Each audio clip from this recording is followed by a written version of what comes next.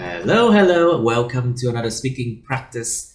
Today we have two students from class IELTS 39 and they are doing their regular speaking practice. They should work on the files today too. So let's go to part 1 first. Chúng ta qua part 1 trước đã. Part 1 we have okay, we did number 11 before, so let's do number 12. It's about reading. You know, reading skills, right? Kỹ năng đọc thôi. Okay, so let's ask Miss Lynn first. Do you like to read books? Read books. Do you like to read books? Actually, I'm not really into reading books because I feel like I have a problem with the letter. Sometimes I see. Sorry, what do you have a problem with? What do you have problem with? Letter. The letter. What do you mean with the letter? Chữ. I know, but it's not clear what you say about letter, because you mean when reading the letters, the printed letters on the books, it confuses you? Is that what you meant? Chữ in. Khi đọc chữ in em bị confused hay sao? Em bị rối hay sao? Is that a problem? Because some people they get to get confused. Some people they get confused when they read print letters on books. Một số người họ bị rối trí, họ bị confused khi mà họ đọc những cái dòng chữ mà được in. I feel confused when I read a newspaper, like, or I read some assignment about like reading IELTS. Yeah, sometimes. Do you get confused? Do you get confused when you do reading on in the IELTS exam? Yeah. Oh my god. Okay, try to get used to it, okay? You need to really get used to it, Miss Lind. Otherwise, it's bad. Okay, so Mr. Wu, please. Do you like to read books? Or what kind of books do you like to read? Hello, Mr. Trung. Actually, I spend less time to read the book. I mean the books. Careful. Books. Books là nha. Nha. Book. Book. Oh. To read books. Read. I spend less time to read book because most of time in my day I usually read the documentary about my job. Documentary about my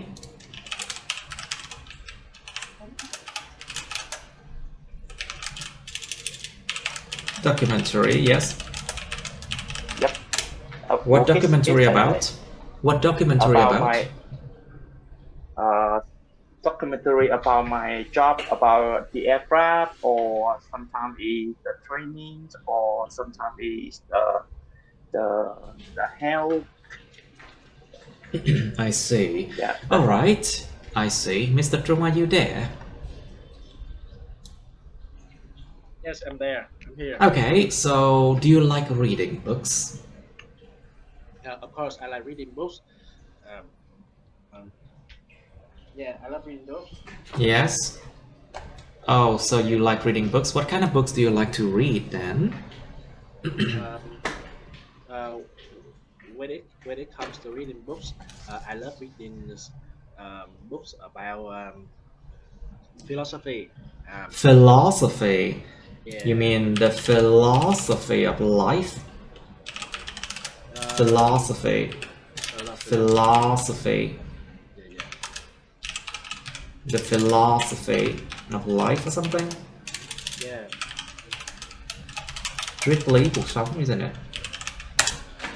Okay. Is there any more fields that you read about? Có bất kỳ những cái ngành nghề nào mà Trung đọc thêm mà nó? Are there more fields that you read about? Besides philosophy, I love to read about cooking. Cooking. Yeah, crafts. What kind of crafts are you talking about? The handcrafts. Okay, so Miss the Trung, please. How often do you read them? Yeah. When I was a student, I had more time to read books, but nowadays, When I was a student, I had more time to read, but these days I have to attend Mr. Jones' classes. these days I am so busy with my work, so I don't have much time to read, but I try my best. You mean To you don't have much time to read, but you try your best? Okay, good. And you have to attend Mr. Jones' classes. That's the problem, isn't it? No. I mean, reading books is a way of getting more knowledge, and Of course, it's a way to get more knowledge. Teacher John's class is another way. It's another way, yes. To more knowledge. Okay, Miss Lin, please. Yeah. So, how often do you buy books? Let's talk about buying books. You know, buying books and reading them are two different things. Mua là chuyện, có đọc hay không chuyện khác. So, do you often buy books, Miss Lin? Okay. Personally, I often buy books like textbook or reference book. A reference. Careful. Reference books. Sách tham khảo. Okay. Reference books to my study at school, and sometimes I watch this book in internet about reference book of IELTS. Also, I choose to print or buy, but sometimes I even touch them. Yeah, what do you mean? Sometimes what do you do? I never touch or read them. Oh, I see. That's a problem with a lot of people. They just buy books and then they never touch them, you know? To them. Yeah. Một vấn đề rất là thông thường đúng không? Nhiều người mua sách để trưng. Some people they buy books just for show. Just for show. Nhiều người mua sách chỉ để show ra thôi, chỉ để chỉ để khoe thôi. Some people they buy books just for show, or sometimes the people don't even have time to read them. Okay, do you read ebooks, electronic books? You know, Miss Lin, do you read ebooks or electronic books? Actually, I have problem with my eye, and I try to limit the time when I use electronic devices. So I choose to read book on this book, like I choose to read print books or print book on newspaper than read book in electronic device. How about Facebook? How about Facebook? Book is a social networking site. It's not a book. Not a real book. Don't believe everything you saw online. I mean, okay. So, Mr. Wu, please. Do you have many books at home? Actually, there are nearly 10 books in my room. So there are the trouble like mixed link that I bought up. I bought it, but I bought it, but I never have a time to read them, right? I never have time to read them, right? Yeah. Do you download ebooks a lot? Do you download ebooks a lot? Actually, I prefer to read in the online. So on trên mạng, on TV, on the internet, on Facebook, on YouTube, on TikTok, on Reddit, on LinkedIn, on. Cái gì mà in ra thì là in. Online. Yes, I know. You read. Okay, everything that is printed out, you use in. For example, in books, in magazines, in leaflets, in journals, but all the other things you use on, okay? On TV, on the internet, on YouTube, on Facebook, online, something like that. All right. Yeah. So, Mr. Trung, what makes you so interested? What makes you so interested in philosophy or that kind of book? Yeah, I love it. Điều gì làm cho anh rất là hứng thú về những cái loại sách đó chứ? Yeah. Like, what is in those books that makes you so interested? Is it about lifestyle, phong cách sống chẳng hạn? Is it about lifestyle? Is it about how people live their life? Is it about invention, những cái phát minh? Is it about history, maybe? Something like that. Yeah. I love reading philosophy books because from them I can find a lifestyle that suits me and serves me well. A lifestyle that suits you and serves you well. Well, it's a good reason, I guess. Yeah. It's a good reason. All right, so Mr. Trung, do you like to read printed books? Sách đã được in ra, không phải sách in, or electronic books, sách điện tử. Which one do you like more? Actually, I have tried experiencing. I have tried to experience both of them, right? Yeah, both of them, and each of them has different advantages and disadvantages. Good. Tell us, please. Okay, so for printed books,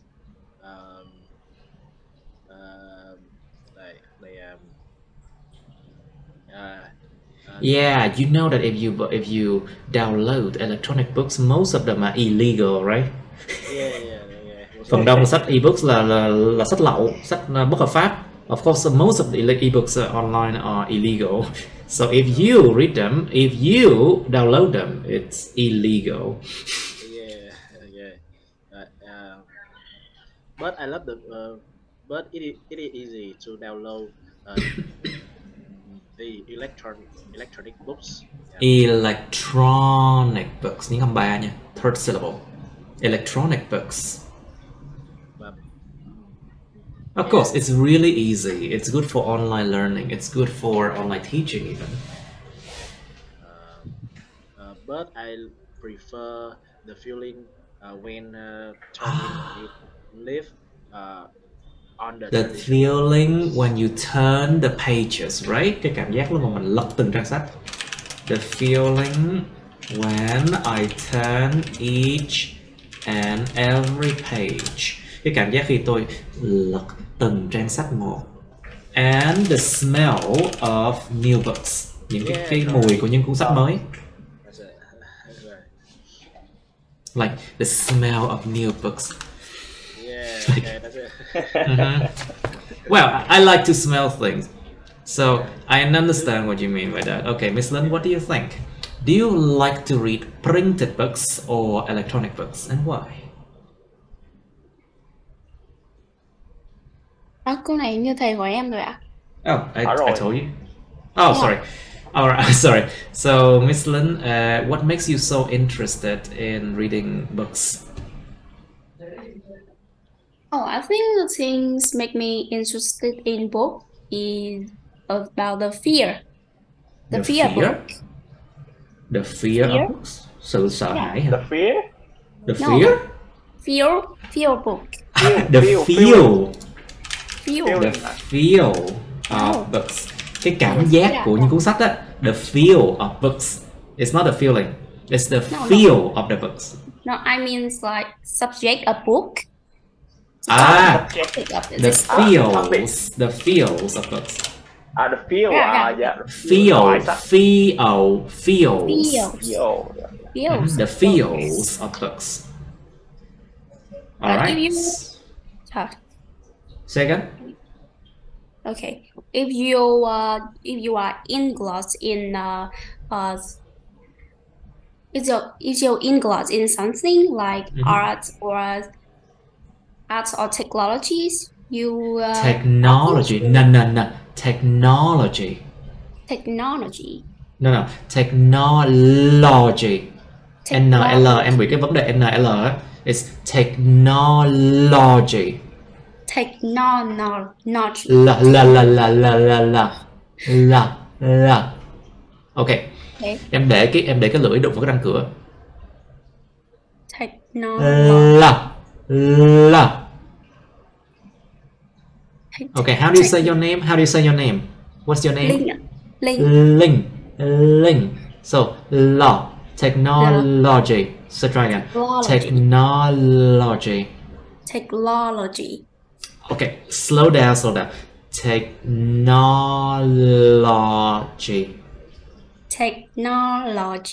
Đó, nó cần phải có cái sự tập trung hơn. Em cần phải sự tập trung hơn khi mà em phân định cái N với L. Tại vì em bị rối hai cái âm đó, em chắc chắn phải dùng nhiều tập trung hơn. You need more attention in order to figure out like the difference between N and L. So, technology. Alright, let's try again. Okay, so you say something about technology, right? Actually, in my hometown, people are confused to spell L or N. L or N? Yeah, in my hometown.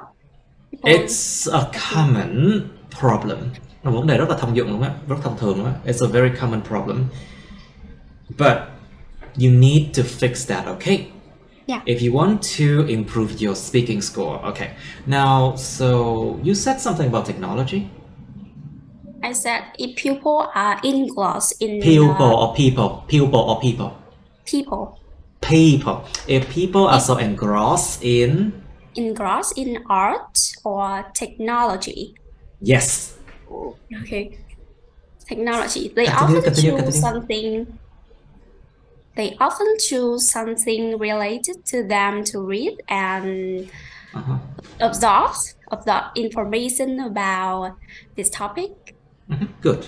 Very good. Yeah. So, Miss Lin, do you think Vietnamese people do enough reading? Bạn có nghĩ người Việt làm đủ, đọc đủ không? Hay là ít đọc quá? No, definitely no. I think Vietnamese people... I sing or I think? Careful. I think.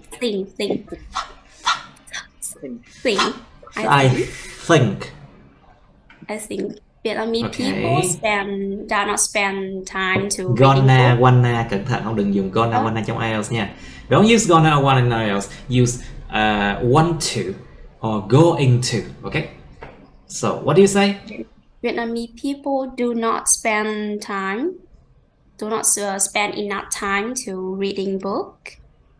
Okay. Reading book. But do you know why? Is there any possible reason why they don't read enough? Is it because of too much work? Is it because of laziness? Or is it because of tradition? Có phải do truyền thống là vậy không? Or is it because of any other reason? The habit. Yes, what habit is that? I don't know how to explain, but it's a traditional habit. Vietnamese people do not like to read in book, and they often want to do something related to recreational activities. Recreational activities. It means hoạt động giải trí, like thing they do to have fun. Yeah, they do to have fun, and they don't care much about logic. Well, that's still happening. That's still going on. Yeah, they don't care about something academic. Học vấn. Okay, very good. That's a good question. That's a good answer. Okay, so what do you think, Vũ? Why do Vietnamese people don't do enough reading? What do you think? So I think with có chữ thề lưỡi cuối á. With with the jump of the technologies nowadays. So it's people, actually with the advent of technology these days, với sự tiến bộ của công nghệ ngày nay, with the advent of technology these days. So people prefer to read the book on the online than the read this book, and I think that the Vietnamese people don't. What's wrong? What could be wrong then? What could be the problem with Vietnamese people? Vietnamese people spend more time to maybe to use the online or the online advice than read something. You mean online? You mean to read things online advices, or rather than read something on books, right? Yes. Okay. So, Mr. Vu, in your opinion, what is the best place to read? Cái nơi tốt nhất để đọc là gì? What do you think? So I think the most of people. Most of people hay là most of the people? Which one? Most of people. No, of phải đi với the. If you use of, it must accompany with the. Most of the people. Really? Yeah. Or you can say most people. Most of the people. Or most people. But most of people is wrong. It's wrong. Nó sai nha. Most of people là sai. Most of the people or most people. Yes. I think most people will choose the quiet place to read the book. Quiet or quiet? Quiet or quiet? Quiet. Quiet places to read.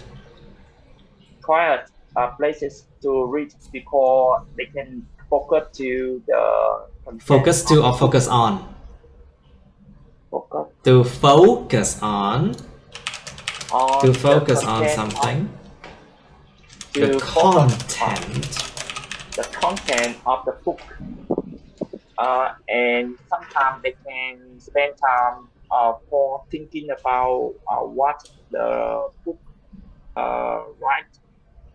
So what the book writes about, right? Cái cuốn sách đó viết về gì? Like what the author writes about, or what the author writes about.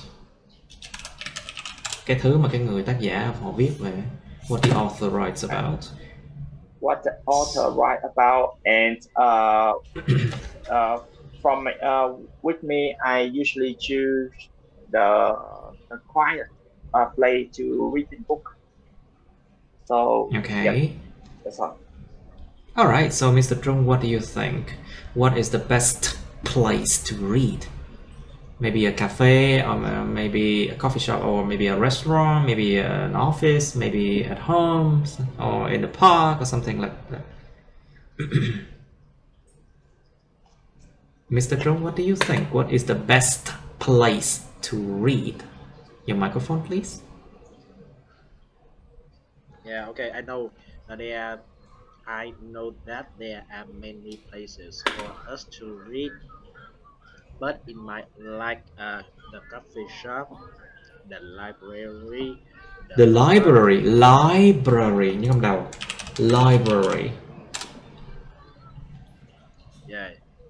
However, in my opinion and from my experience, the best place to read is the toilet. Yeah, it actually is good. It's a good idea. It's actually a toilet. It's a good place to read. Restroom. It's a restroom, yes, because I actually see a lot of people bringing, like, comics inside the toilets to read, like Detective Conan, How to Legend Conan, and they bring it to the toilet, yes. Okay. Okay, so Mr. Trung, what kind of people like reading and what kind of people don't? Những người như thế nào, những kiểu người như thế nào thích đọc và những kiểu người nào thì không thích đọc. What do you think? This is an expansive question. Yeah, I think this is a difficult question to answer.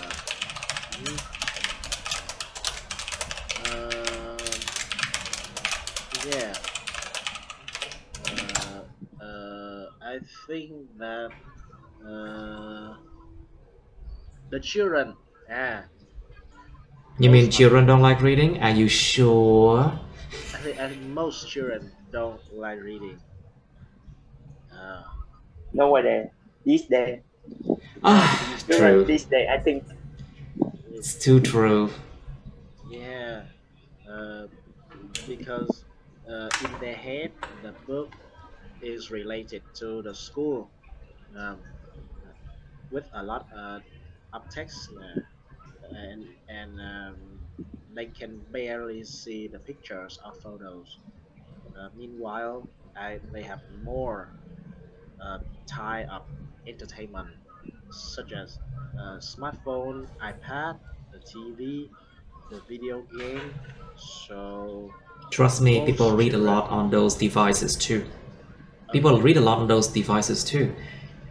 So it doesn't matter what through what media, to what vehicles, không cần biết là qua phương tiện gì. But if people read, it's reading. Like for example, people can read from iPad, people can read from laptops, people can read from smartphones. And in fact, I do know that a lot of people, they read online too, including children. So what do you think, Miss Lin? What kind of people like reading and what kind of people don't?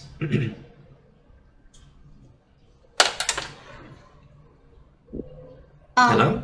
I think people are interested in reading novel or cosmics because of You mean comics, right? Comics or cosmic? Comics. Comics, yeah. Novel. Comic là truyện tranh, novel, tiểu thuyết. But the word cosmic that you were saying, it's actually belong to the universe, thuộc về vũ trụ. Cosmic là thuộc về vũ trụ nha. Okay. So universal thuộc về vũ trụ. So belong to the universe or the cosmos. Cosmic come from the noun cosmos, and universal come from the word universe. But the word you need to use is comic, okay? So what did you say? People are interested in comic or novel because it's like a means of relaxation. And it's a means of relaxation.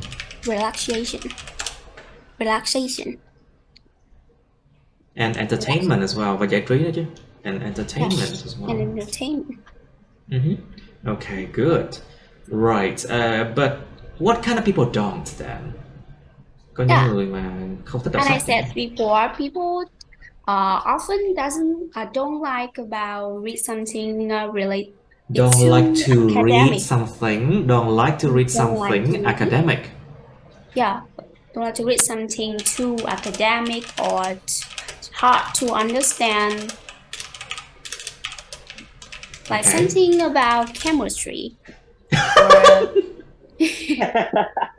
Okay. Mr. John Pine.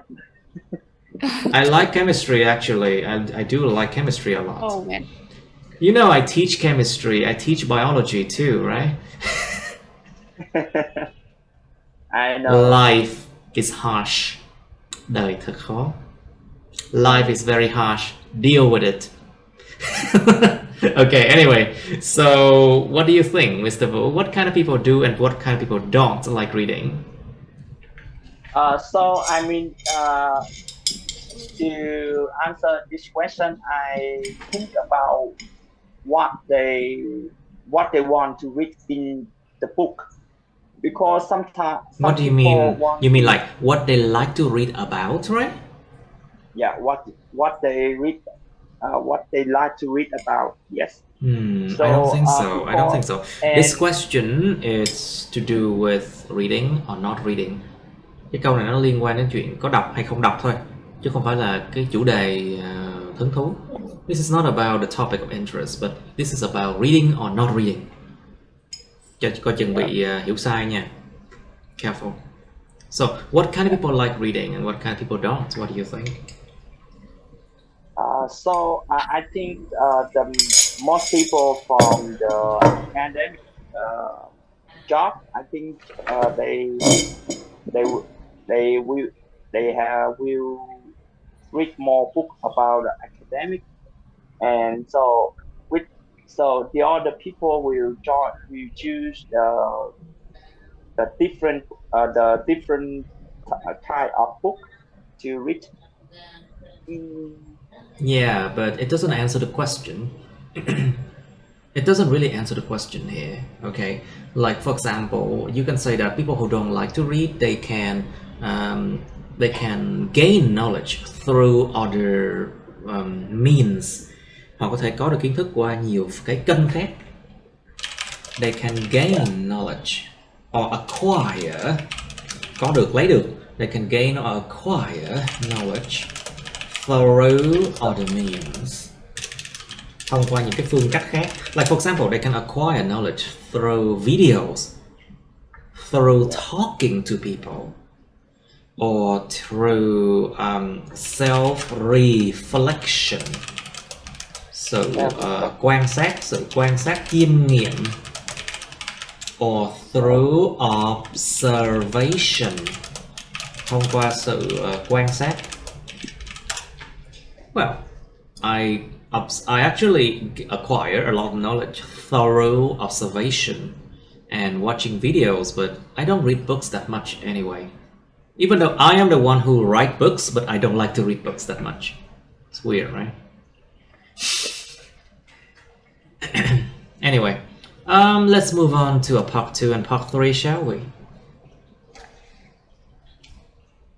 I would like to go to maybe say 44, part 2, 44, I think. Try something like a moment. Why is there a lot of space here? Okay, let's try this one. Describe a time when you ate something for the first time. Miêu tả một cái thời điểm mà các bạn ăn cái gì đó lần đầu tiên. Well, so it is a new food, okay? It was a new food. It was a new food, and then you ate it for the first time. Một cái món mới mà mình đã ăn lần đầu tiên hồi đó. You need to describe it. You should say what you ate. Các bạn đã ăn cái gì vậy? When you ate it, bạn đã ăn khi nào? Where you were, lúc đó bạn ở đâu? Explain how you felt about it. Giải thích là bạn cảm thấy thế nào khi ăn nó. And you have part 3 of food and cooking. This should be an easy topic. So, what kinds of foreign food are popular in your country? Những cái loại đồ ăn nước ngoài nào nó thông dụng hoặc là nhiều người biết tới trong đất nước bạn? Đồ ăn nước ngoài nha, mà được thông dụng ở trong đất nước bạn. So, foreign food, like for example, Korean, Japanese, Chinese, French, German, British, American, something like that food, Indian, Somalian, or any other kind of food. And why are they popular? You need to explain why they are popular too. Because, you know, food goes together with culture. Đồ ăn thì đi kèm với văn hóa. Food goes together with a culture. And sometimes language as well, và cái ngôn ngữ nữa. So, can you explain why kimbap or bibimbap, those Korean foods are very popular in Vietnam right now? It's because of K-pop. So it goes together with music. Nó đi kèm nhau hết á. So because those countries export their culture, music and food. Tại vì những đất nước đó họ xuất khẩu cái văn hóa, cái âm nhạc và cái thức ăn của họ. Okay, so think about different kind of foreign food, you know. And you need to explain why they are popular. Give some examples. Maybe it's a good idea to compare between different foreign food. Có thể là một cái ý tưởng tốt để mà mình so sánh đi. Bây giờ ví dụ như là giữa những thức ăn foreign food khác nhau thì tại sao cái này nó popular hơn cái kia. Like for example, why does Starbucks coffee, which is American, they could not win against like Vietnamese street coffee, for example. Vietnamese street coffee, cà phê ở đường phố Việt Nam, tại sao vẫn thắng so với lại Starbucks, for example. Ví dụ vậy đó.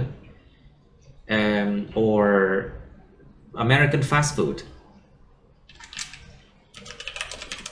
Or American fast food, why does it why it cannot win against the Vietnamese street food?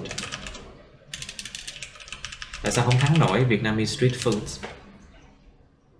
Like banh mì, for example. Or the Vietnamese phở. Alright, there should be a reason why for everything. Try to expand it that way, okay? Các bạn cố gắng mở rộng nó cách đó nha. Cho ra nhiều cái ví dụ như này. So, what are young people's opinions on new food? Cái nhận định của người trẻ về những thức ăn mới là như thế nào? So, it means how do young people accept new food? Or how do they look at new food? What do they see? Họ nhìn vào cái thức ăn mới, họ thấy cái gì? Họ có chấp nhận nó hay không? Có ăn không? Because when they see food, they see the culture, you know? Khi nhìn thấy cái đồ ăn, họ thấy cái văn hóa đó.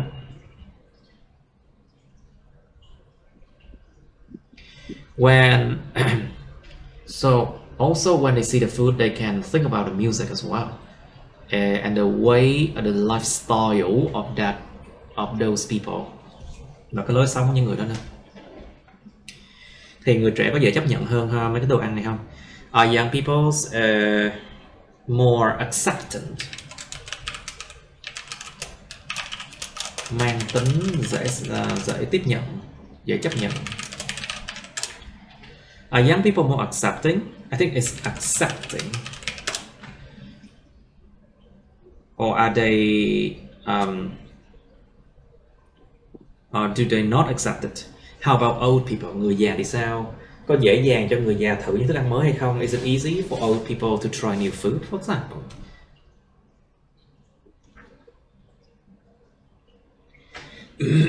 Just give some examples. Alright, so should teachers and parents teach children how to cook?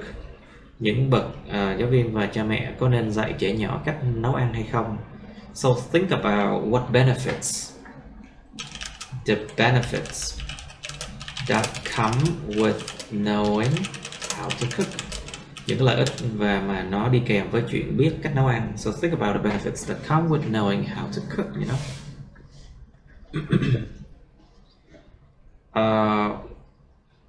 What would happen if if children study abroad? Nếu mà giờ đi ra nước ngoài thì sao? They have to take care of themselves, and learning how to cook is a survival skills. Một kỹ năng sống còn đó nha. Because they cannot really they cannot depend on takeouts,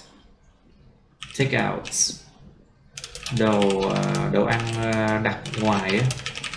They cannot depend on takeouts all the time, you know, because takeout food or restaurant food are expensive, so they need to learn how to cook or what? What do you think? And what kind of benefits? What are the benefits? Nếu mà nó biết cách nấu ăn thì cái dinh dưỡng của nó sẽ tốt và nó sẽ học tốt và làm đủ mọi thứ tốt. If they know how to cook, they know how to take care of themselves better. Biết cách tự chăm sóc bản thân tốt hơn, and so they have more chance to succeed có nhiều cơ hội để thành công hơn. Because if they take care of themselves good, they have good health and they have more chance to succeed. Tự biết chăm sóc bản thân tốt thì là có sức khỏe tốt, thì sẽ có nhiều cơ hội thành công hơn nhé. And is there any other reason? Còn cách nào khác không? Còn lý do khác không? Okay, last question of this topic. Why do people like their local food? Tại sao con người ta lại thích cái đồ ăn địa phương của họ?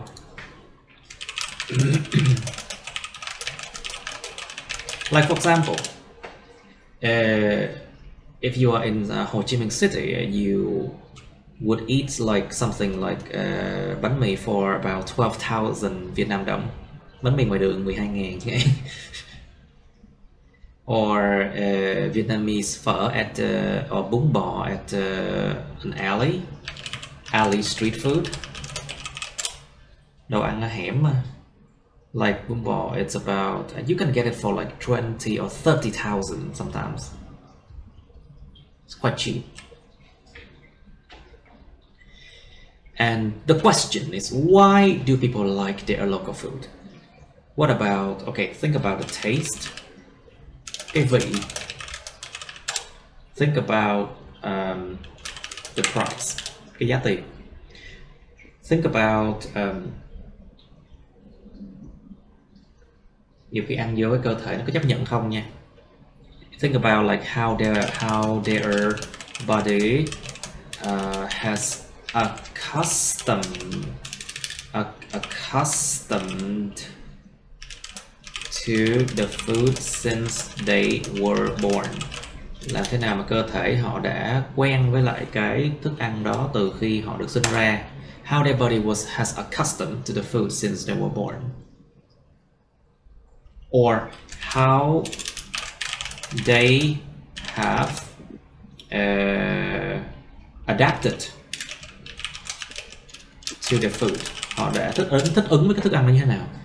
So think about if you are lactose intolerant. Are you okay? Bị không dung nạp lactose á. Bị không dung nạp đường lactose á. Uống sữa dễ bị tiêu chảy. So if you are lactose intolerant and you eat Western food, for example, it's very easy that you get sick. Đó là lý do tại sao mà con người ta thích ăn local food là vậy. There are reasons, you know, health reason as well. Lý do sức khỏe. Nó còn một cái lý do nữa là lý do tôn giáo, tín ngưỡng. There's also a reason related to religion. I think it's called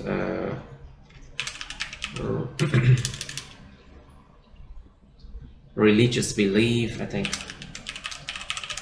Lòng tin về tôn giáo nha. Tại một số người họ ăn đồ ăn là bắt buộc là phải theo chế độ ăn halal chẳng hạn, của người đạo Hồi chẳng hạn. Like some Muslim people, they of course they have to eat food according to halal tradition, cái truyền thống halal chẳng hạn. Alright, try to think about this topic. We have 2 minutes, 2 phút suy nghĩ về hai cái này. Bắt đầu. Okay, Mr. Trung, you first, please. Can you describe a time when you ate something for the first time? Okay. Yeah, it was when I at primary school. School. It was when I was in primary school.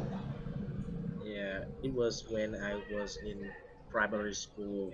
That my mom bought me. My mother. Cẩn thận mấy cái từ đó các bạn. No, không có dad, mom, kid nha.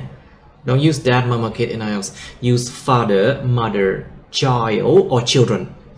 Okay, it was my mother. It was when I was in primary school.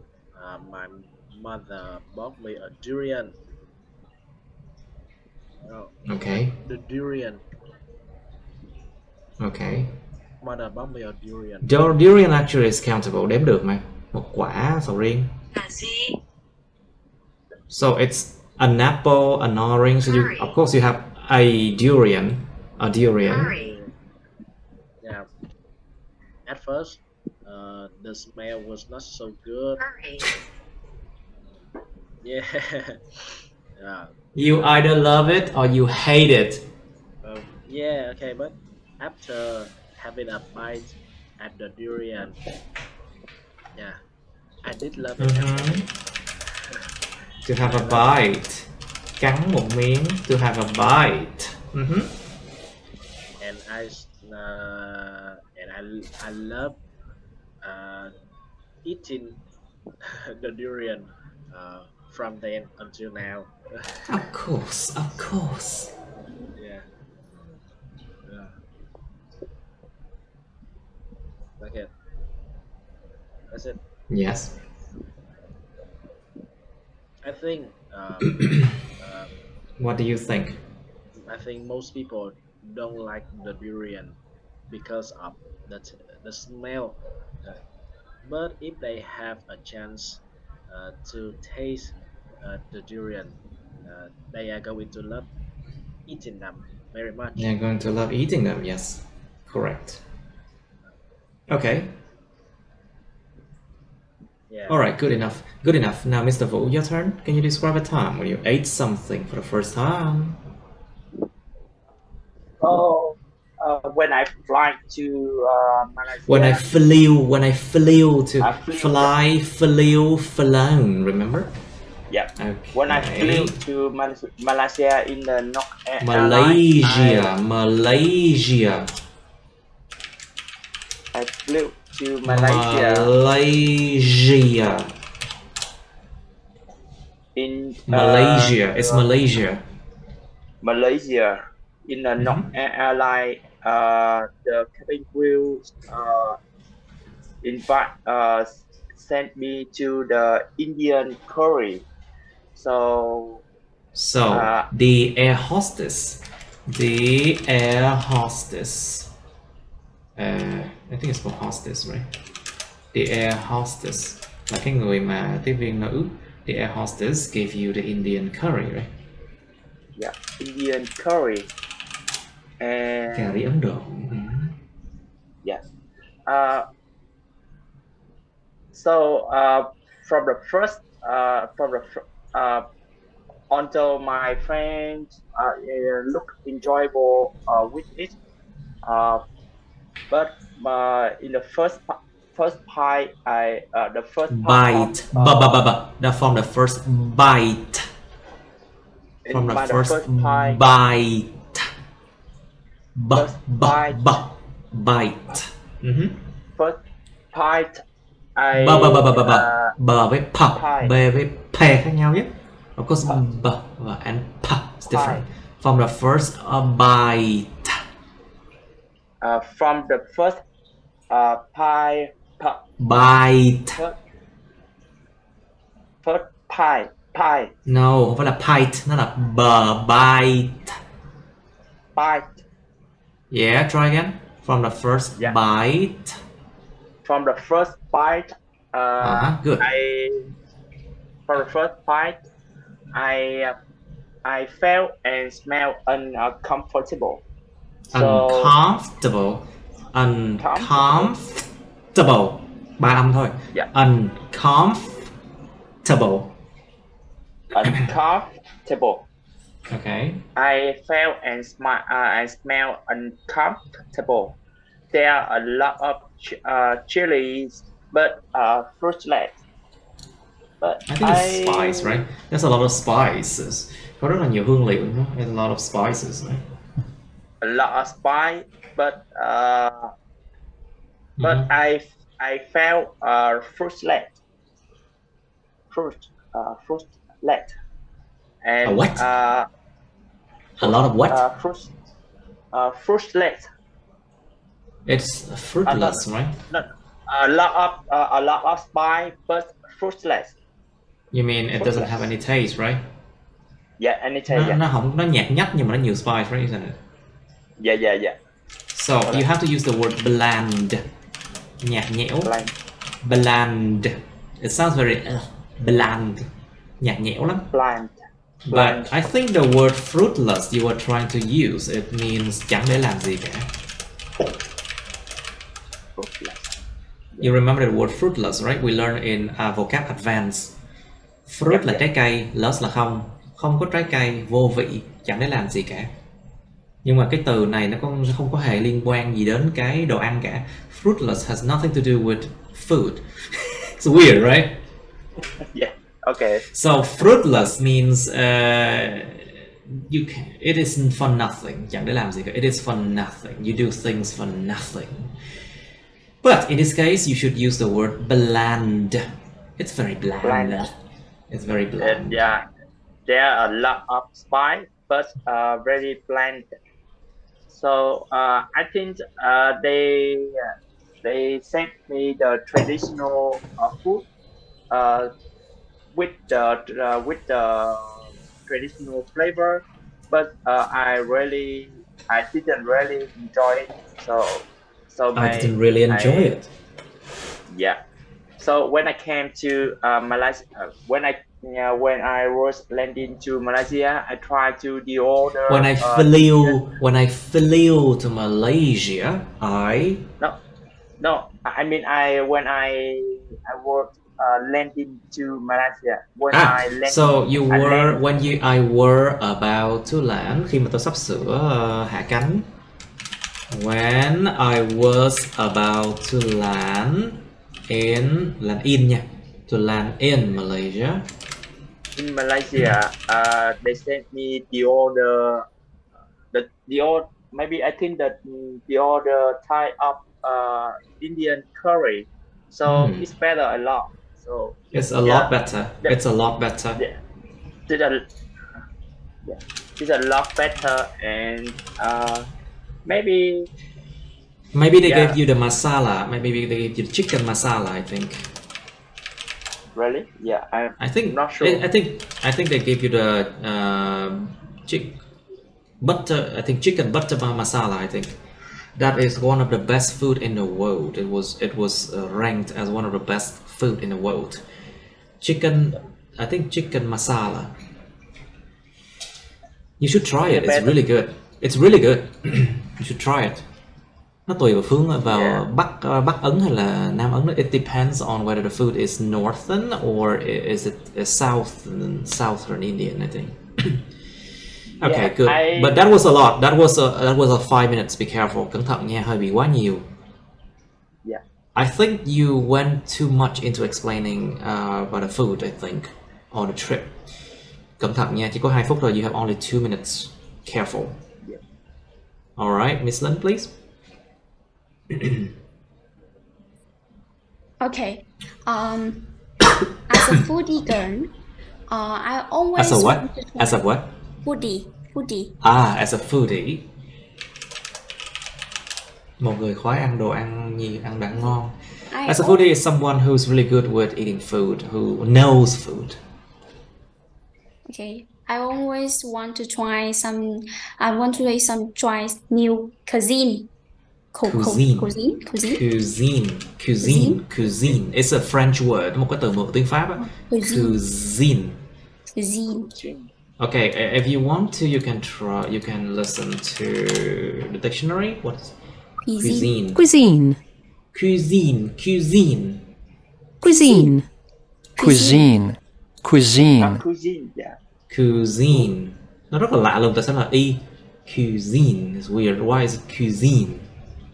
But anyway, French is a very weird language. French. Yeah. It's cuisine. Cuisine. Whenever I have a change, so I'm going to describe a food that I taste when I was a child. That I tried when I was a child. When I was a child. Its name is hot pot. I don't know exactly the origin. Yeah. I don't know exactly the Is origin. it Thai? Is a Thai style lẩu, or is it what kind of style? Phong cách gì nhỉ? Was it northern or southern or central style hot pot? Which one? Asia hot pot. Asian hot pot, I see. Okay, so how was it? Okay, I don't know exactly the origins of hot pots, but I Origin, the origin, nhưng không đầu nha. okay, origins of hot pots, but I think it comes from China. I think. I think it comes from. It comes from China. Oh, there's of course, everything in Asia more or less come from China. You know. Okay. There are a lot of flavor of hot pot that you can do, like tom yum or spicy hot pots, and they can combine with a lot of cheap ingredients that you easy to find in markets, like beef, pork, Wait, is it fork or pork? pork. Pork, okay? Thịt heo, pork. Pork.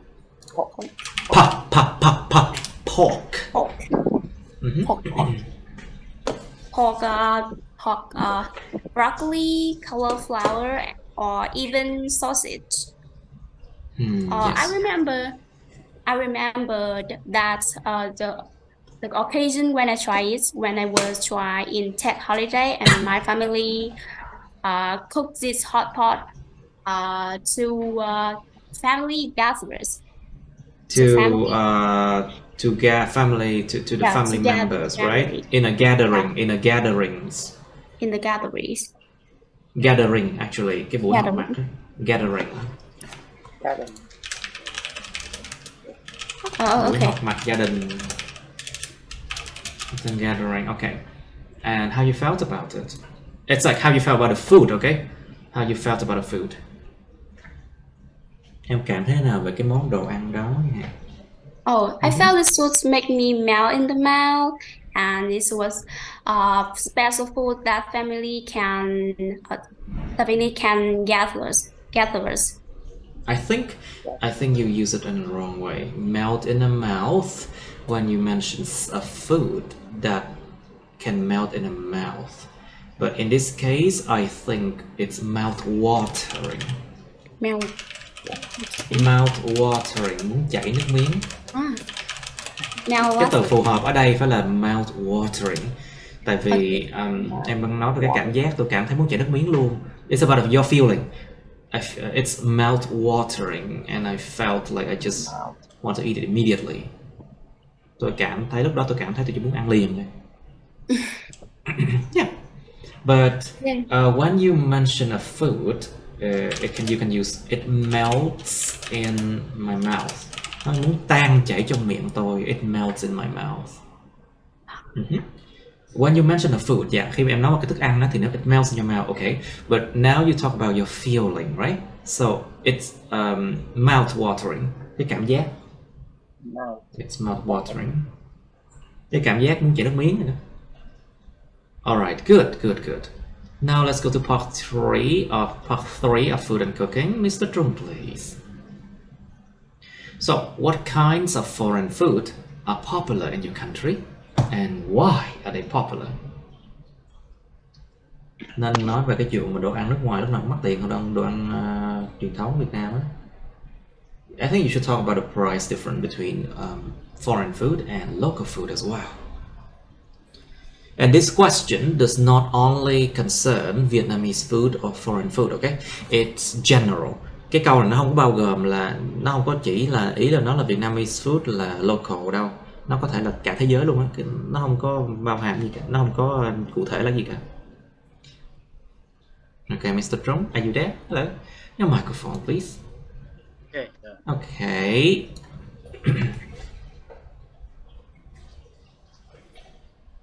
Yeah.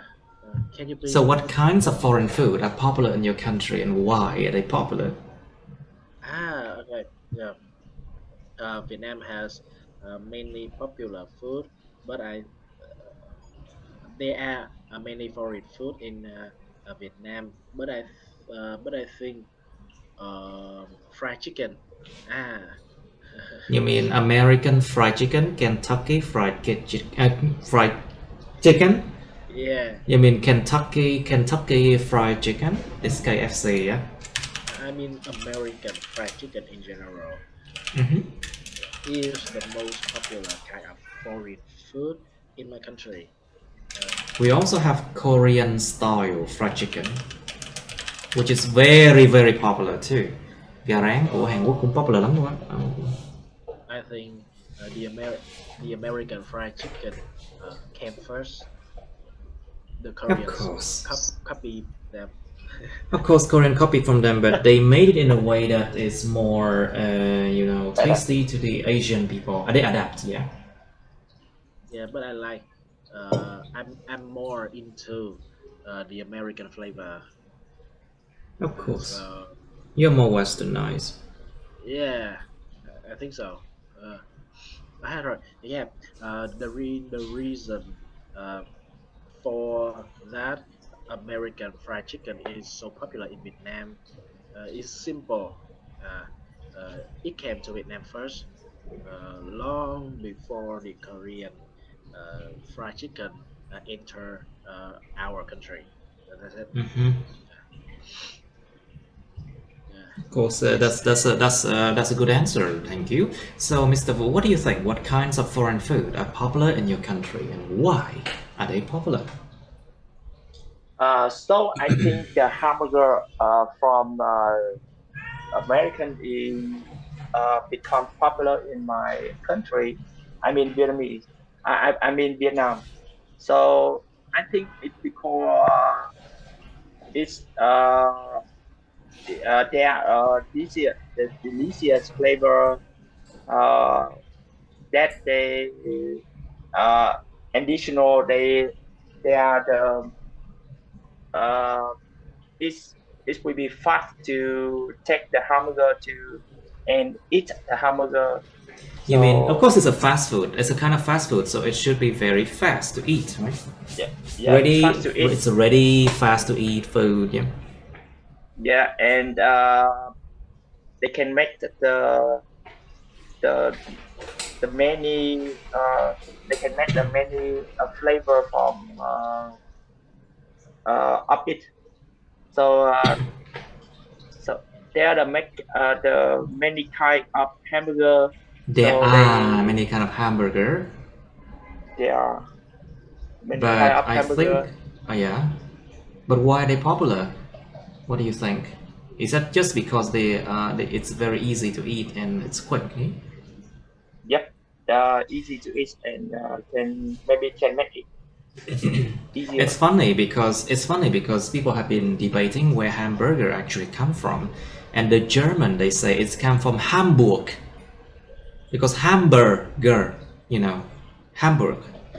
But I think it makes sense. I think it makes sense because there are a lot of German immigrants who came to America before, and I think that because of them that they popularize, làm cho nó popular. They popularize food. Họ đã làm popularize, làm cho nó trở nên phổ biến. They popularize their hamburger, I think. Oh. Maybe. I'm not so sure because there's still a debate going on. Nó vẫn là một cái debate mà, tranh luận. Yeah. Okay, so Miss Lin, what are young people's opinions on new food? And how about old people? Is there a difference? I think I think. I think No sing. Nó là th. Okay, I think. I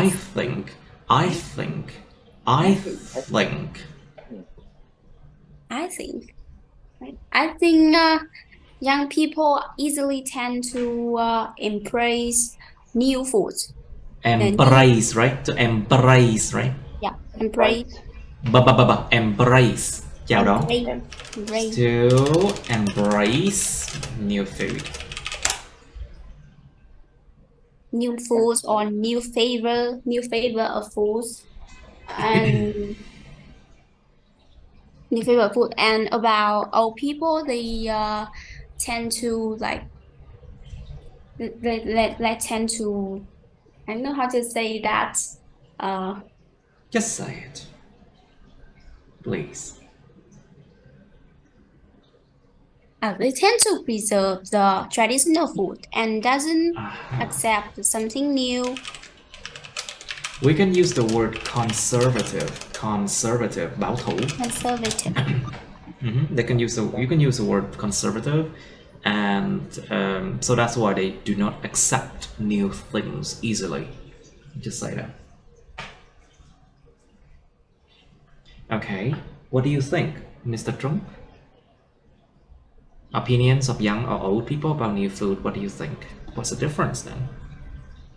Yeah. Is it easy to make your mom and your mother and father accept new type of food compared to you? Yeah. Young people are more open to new food because they like to experience new things like music, fashion. Music or music? Music. Music, ngâm đầu nha. Experience new things like music. Yeah, so they are more open on new food. And old people, yeah, their body is old. Okay. What? Their body is old? What does it have to do with their opinions? Cơ thể của họ rất già, liên quan gì đến chuyện họ có ý tưởng gì opinion về thức ăn? Yeah, the immune system, their immune system is good, so they are afraid to try on new food. Ủa, hệ miễn nhiễm không tốt lắm thì sợ ăn đồ mới là well, it could be a good idea. It could be a legit idea. Có một cái ý tưởng mà nghe hợp lý, hợp lý. Well, maybe they're allergic to something. Yeah, it could give them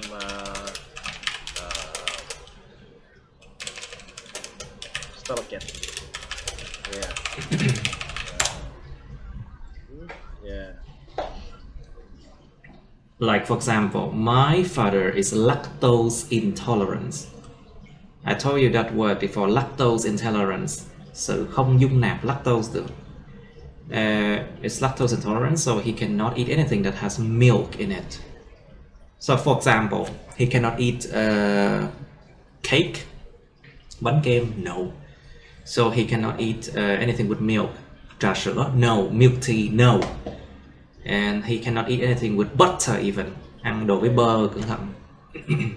Yeah, I am. Okay, so that could be it could be because of health reasons. Yes, very good. Anything else? Yeah. So, Mr. Fu, what do you think? Should teachers and parents teach children how to cook? So I think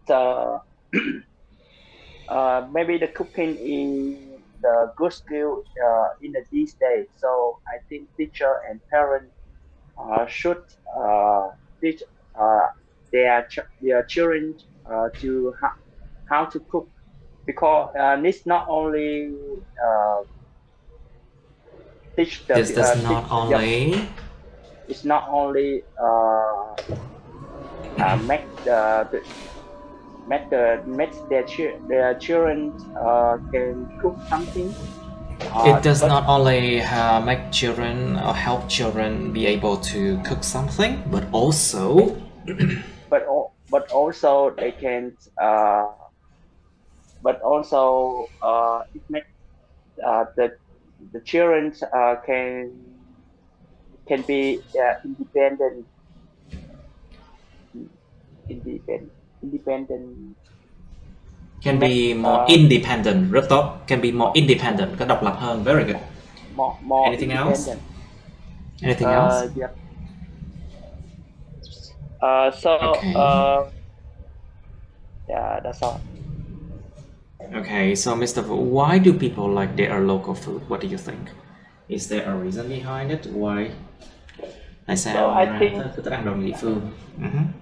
So I think it's about the flavor.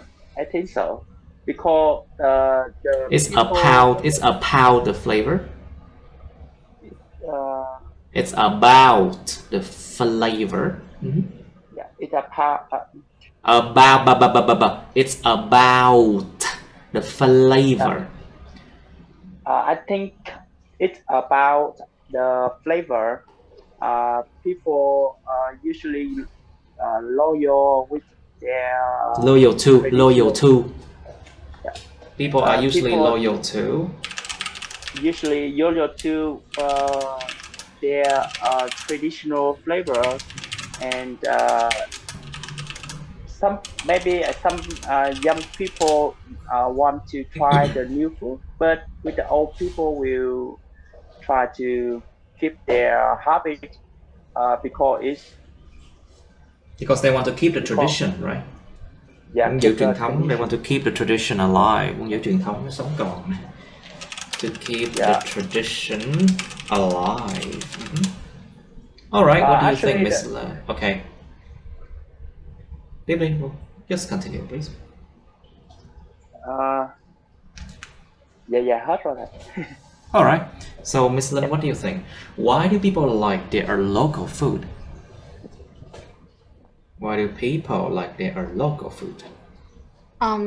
From my perspective, it's come from habits or traditional of their local, and they choose local food to preserve their traditional, or sometimes it's come from belief, like you said before.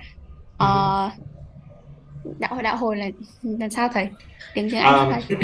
So cái đạo hồi là Islam. So the word Islam là đạo hồi, mà người theo đạo hồi là Muslim.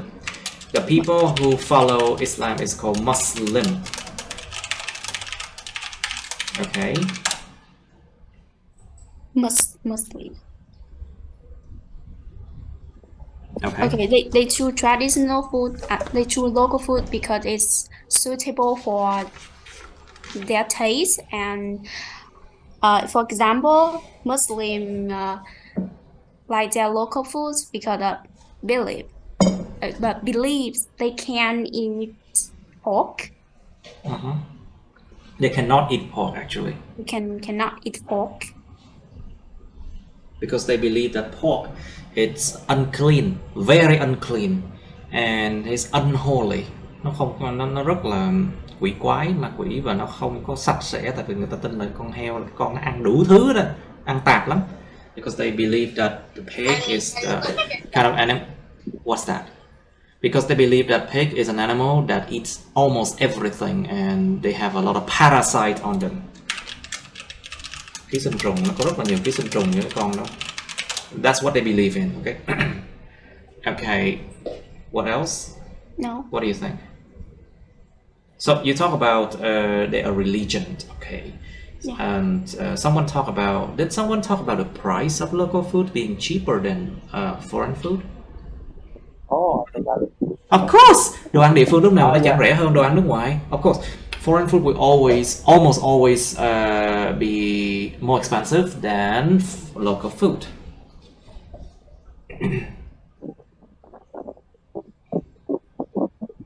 Okay, like for example, you can eat bánh mì for like about 30 or 40,000. That's a lot, actually, like a huge one. But you need about 200 to 50,000 Vietnam dong, like almost, at least, I think 4 to 5 times more expensive than local food, I think. If you want to eat something like Western or something else like that, yeah. Korean food is become more cheaper because it's more popular in Vietnam now. But Western food remains very expensive. Okay, let's go to another topic. Okay, let's do something like 43.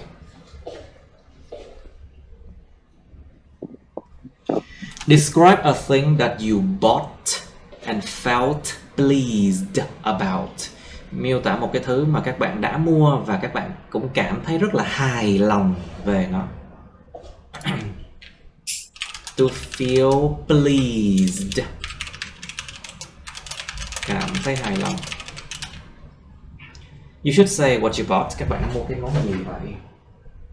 And where you bought it. Các bạn mua nó ở đâu? What it is for? Nó dùng để làm cái gì? Explain why you felt pleased about it. Giải thích tại sao bạn lại cảm thấy hài lòng về nó. And you have part 3 of going shopping. Part 3 về cái chuyện mà đi mua sắm nè. How often do people in your country go shopping? Người trong đất nước bạn đi mua sắm có thường không? Well, it sounds like a part 1 question, but you need to go deeper. Nghe có như câu hỏi part 1 này đó, nhưng mà các bạn cần đi sâu hơn. Like, why do they often go shopping on Friday evening, for example? Tại sao con người ta thường hay mua sắm vào những ngày mà chiều thứ sáu ấy này? Or on Saturday? Or on Sunday? There's a reason why you need to explain. Các bạn phải giải thích tại sao. Or think about, or you should also talk about how often, like mua sắm bao nhiêu lần tuần, 2 lần tuần, 3 lần tuần, 1 lần tuần. It's like once a week, twice a week, or 3 times a week. What does it depends on? Nó phụ thuộc vào cái gì? What factors? Thu nhập là thứ nhất. Like income, it depends on income. It depends on their workload, cái lượng làm việc của họ nữa. Or it depends on their shopping habits, cái thói quen mua sắm của họ. Nhiều người không thích đi mua ở ngoài đâu. What else then? It also depends on what they have to buy. Phải mua cái gì nữa cơ. Oh, sorry. Sorry, Cathy. Okay, why is online shopping popular? Tại sao cái chuyện mua sắm trực tuyến nó lại thông dụng? Okay, think about a lot of things. It's convenient. Of course it's convenient, very convenient. And it can make you go bankrupt very quickly too. Có thể làm các bạn cháy túi, phá sản rất nhanh luôn á. To make someone go bankrupt quickly. Làm ai đó cháy túi, phá sản rất nhanh luôn. If you are a shopaholic, I think. Một người shopaholic, I think. Người nghiện mua sắm. Có nhiều người nghiện mua sắm lắm nha các bạn.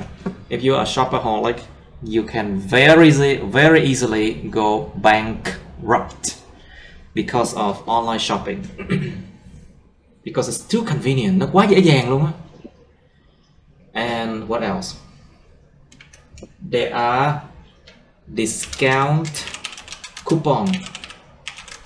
There's a discount coupon giảm giá nữa cơ. Of course, if you buy online, sometimes it's more cheaper because of a discount coupons and free shipping as well. Shipping miễn phí luôn, yeah. Sometimes. What else? You can shop from. People can shop from the comfort, cái sự thoải mái of their own home. From the comfort of their own home. Có thể mua sắm từ cái sự tiện lợi, từ cái sự thoải mái của cái giường của họ, cái ngôi nhà của họ, nằm giường mua sắm được. Just if people can lie on the bed and buy things. Now, why should sellers set prices for their products? So we have the word to set prices. Đặt ra giá tiền. Well, how should sellers set prices for their products? Làm thế nào để những người mà bán hàng có thể tự đặt ra giá tiền cái sản phẩm của họ? So if you have sold something, you should think about what? The cost of operation. Giá, nó gọi là chi phí vận hành. You should think about, of course, everyone wants profit, right? Lợi nhuận. Nhu cầu thị trường. And you should think about the market demand. Nhu cầu thị trường. The market demand. Of course, Because if the market demand is very low, you cannot set the price very high. Nhu cầu thị trường nó thấp quá thì mình không thể nào set giá quá cao được. But if the market demand is high, you can easily set higher price. But you have to think about competition as well. So cạnh tranh nữa. Because your competitor, đối thủ cạnh tranh, are the main thing that keep the price lower and lower. Đối thủ cạnh tranh chính là lý do tại sao mà giá thành nó càng phải giảm là vậy. Okay, what else should we think about when we set prices for their products? We should think about okay, I'm not a businessman, so I don't know exactly. I just know these basic things. Okay, do you think online shopping will replace shopping in stores? Bạn có nghĩ là mua sắm trực tuyến, bạn có nghĩ rằng mua sắm trực tuyến sẽ thay thế chuyện mua sắm trong những cửa hàng không? Okay, I will let you answer this question yourself. Các bạn tự trả lời này, cái này đơn giản. Think about the feeling, the trust, cái sự tin tưởng cái shop hàng, the trust in the sellers, the trust in the quality of the products. Can you return? Có thể trả hàng là được không? Return easily. What else? And how about refund? Trả tiền lại cho khách nếu mà trả hàng. Is there a refund for returning products? Okay, last one. What do you think about consumerism? Chủ nghĩa tiêu dùng. So, what does consumerism means? If you check it out, consumerism. It's a state of an advanced industrial society in which a lot of goods are bought and sold. Một cái trạng thái của một cái xã hội mà công nghiệp rất là tiên tiến, mà trong đó rất là nhiều sản phẩm được tạo ra và được bán ra, và giống như là chủ nghĩa tiêu dùng là khi tạo ra rất là nhiều sản phẩm để bán ra.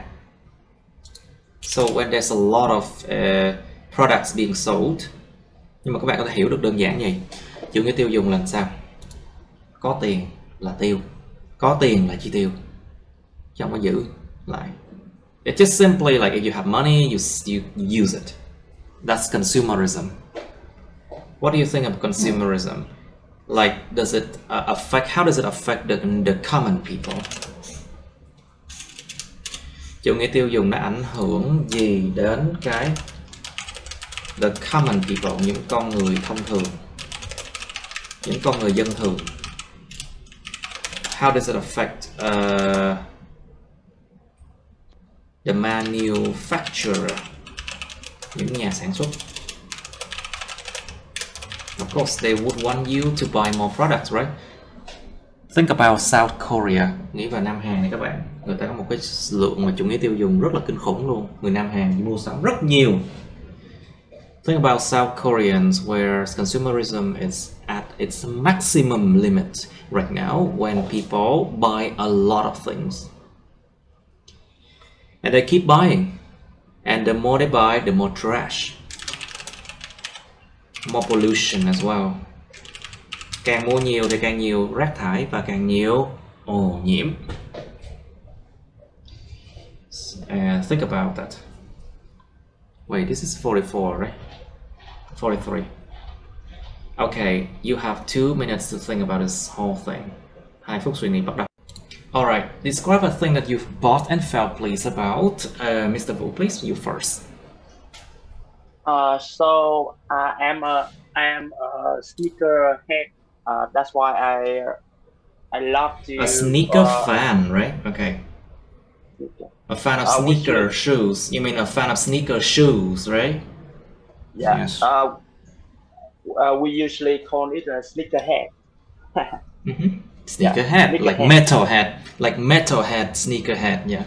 Yeah, sneakerhead. Okay. So I love to buy sneaker, especially of the basketball shoes. So and a fans of the basketball, so that's why I usually buy the basketball shoes. So I spend most of my money to buy the basketball shoes. Okay, focus, tập trung. You have 1 minute left. So I usually wear it on the basketball court, and I felt very comfortable with the Comfortable. I feel very comfortable using it. comfortable when I use it when I using it, and so it's very comfortable and I enjoy to wearing it. So that's Okay, a that's good feeling. enough. That's good enough. Yeah, yeah, đủ rồi. 4 Mỹ. 4 minute, 4 thing. Okay, Miss Lynn, please. Okay, I'm going to describe a thing that I bought and feel pleased about this. I could start off by saying that it is an iPad, a tablet from Apple company. Mhm. When my country had to experience COVID-19 pandemics, so Pandemic. so I had to stop it my study to study online, and I decided to buy an iPad to help my study. I buy this when I bought it when I buy it in a store. I bought it in a I store. bought it. Careful. I bought it in a store in my country, and it's cost too much for me. It's cost too much for me, and I think it's helpful for I me. sing. Think. I sing. Think.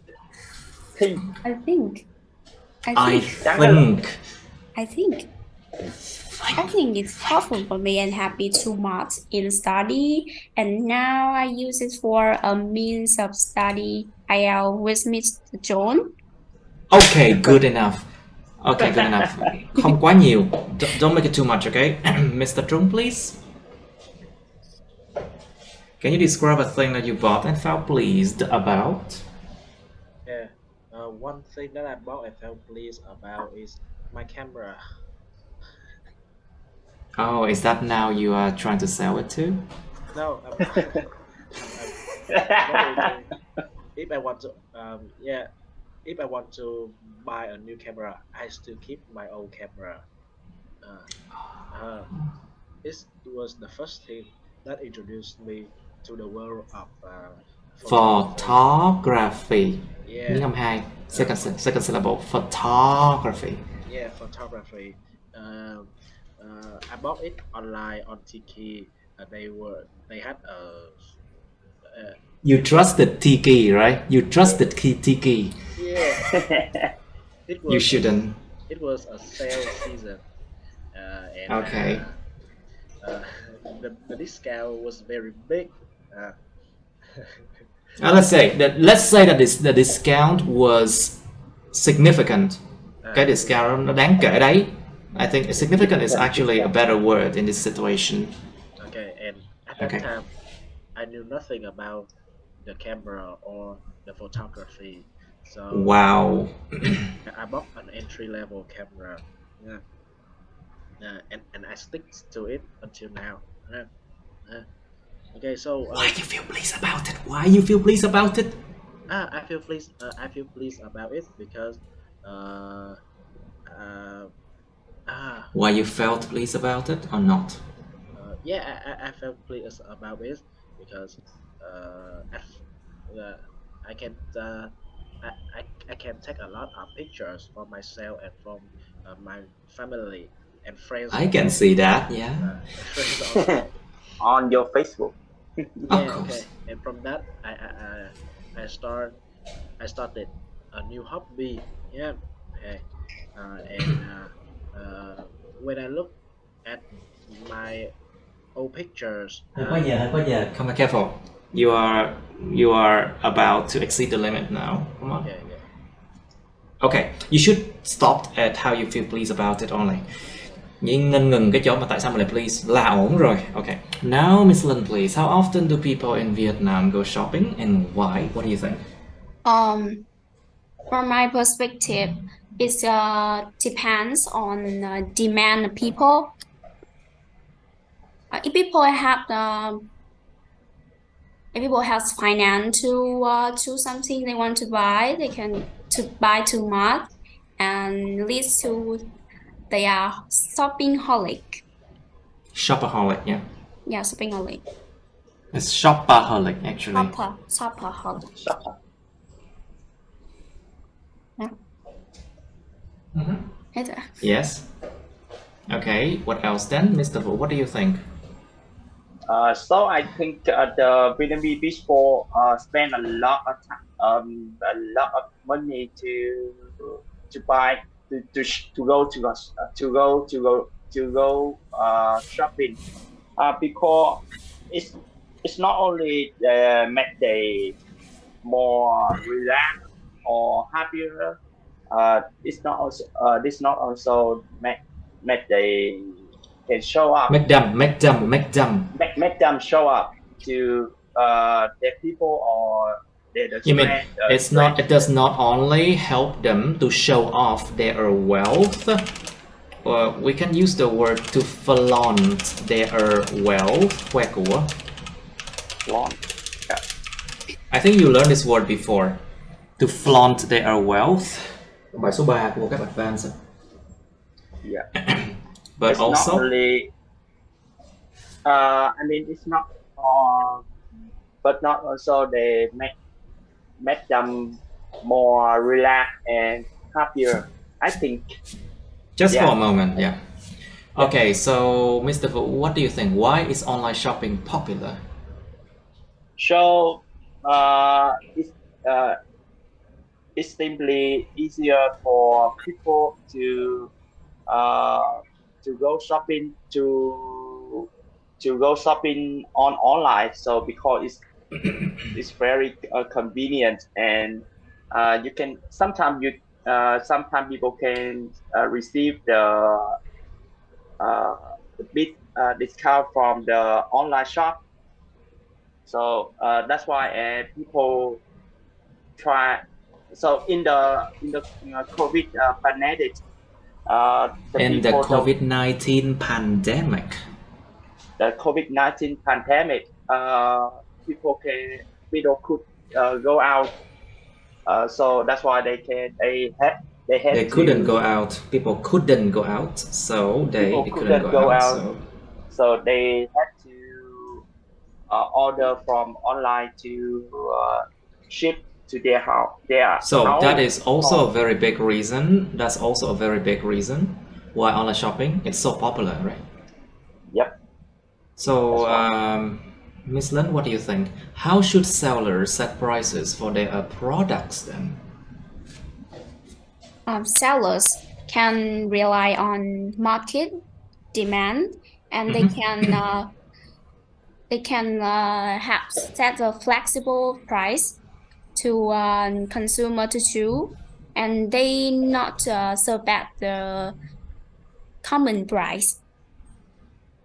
What do you mean common price? Giá chung hả? Yeah. General. The common price. You mean? General. Okay, the common price. It's weird to know the word, to know the term, to think about the term common price, because I don't think prices are common because it varies. Giá cả nó sẽ biến động, nó varies. I don't think that's a common price, I think. Think about a bottle of water you can buy outside, but when you go to the airport, the price can go up 10 times. So what do you think? What else? Okay, market demand. What else? Miss Lin, what else beside market demands? Market demand and competition with competitor. Competitors, những âm hai nha. Competitor. Competition with the competitors. It's competitor in market labor. In the labor market, in the labor market. The labor market. Labor market. In the labor market. Okay, I think you're speaking too fast now. Yeah. Nói quá nhanh nha, vấp hoài nha. Alright, Mr. Trung, what do you think? Do you think online shopping will replace shopping in stores one day? Yeah. Thay thế luôn đó nha. Replace here means it's totally replace, I think. Yeah, I don't think online shopping will replace shopping in stores one day, because we can admit that online shopping is convenient, but there are still problems with the product quality. There are complaints. Some Products quality, yeah. Complaints about the thing they saw in the picture and the thing. You mean about the authenticity? Authenticity, cái độ mức độ thật của authenticity of the products. Cái mức độ thật giả của sản phẩm. Well, the authenticity, I think. No, authenticity, I think. Những âm ba vậy. The authenticity of the products they see online compared with the real products.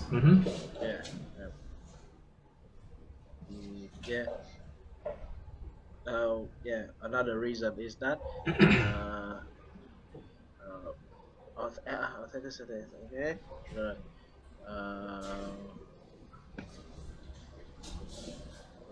And to me, if I want to buy clothes, I will go straight to the store. I can try the clothes, as many clothes as I want, as much time as I want. But and to spend as much time as I want. So you mean it depends on what kind of products will you shop in stores, and what kind of products will be suitable for online shopping, right? Yeah, that's correct. Yeah.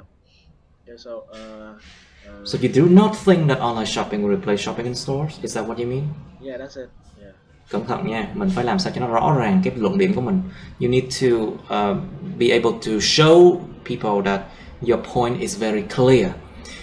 Because if it's not clear enough, then your point will not be so good. Cẩn thận nha, cái luận điểm mình nói phải làm sao mà người ta hiểu rõ ra cái luận điểm của mình, làm ý mình muốn gì, muốn nói gì. Cho nên nếu mà đi vòng hoài mà vòng vo tam quốc mà không đi vào vấn đề, cẩn thận. Alright, so Mr. Vũ, what do you think about consumerism? Is it bad or is it good or what is it then?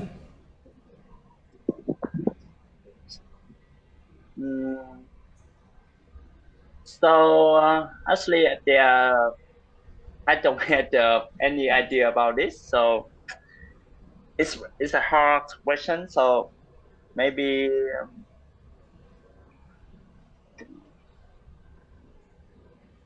Yes. Yeah, I don't. I can't. Okay, it's a hard question. I think people you should read about consumerism more because this is a higher question, higher level question. Câu hỏi mức độ cao hơn, các bạn nên đọc về cái này nha, mới biết trả lời nha. Alright, so I think that's it for today. Let's end the lesson. Okay, that's the end of my videos.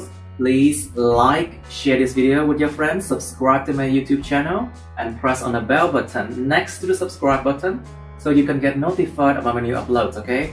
You can also press follow my Facebook, but please don't add me on Facebook as friends, okay? Cảm ơn các bạn đã theo dõi nha. Các bạn hãy nhấn vào like, chia sẻ video này bạn bè các bạn. Nhấn vào nút đăng ký kênh YouTube mình và nút cái chuông kế bên cạnh để đăng ký kênh đó, để mà các bạn có thể được thông báo về những video mới nha. Các bạn cũng có thể nhấn vào nút theo dõi Facebook mình, nhưng nhớ đừng kết bạn Facebook mình nha. Thank you and see you. Bye.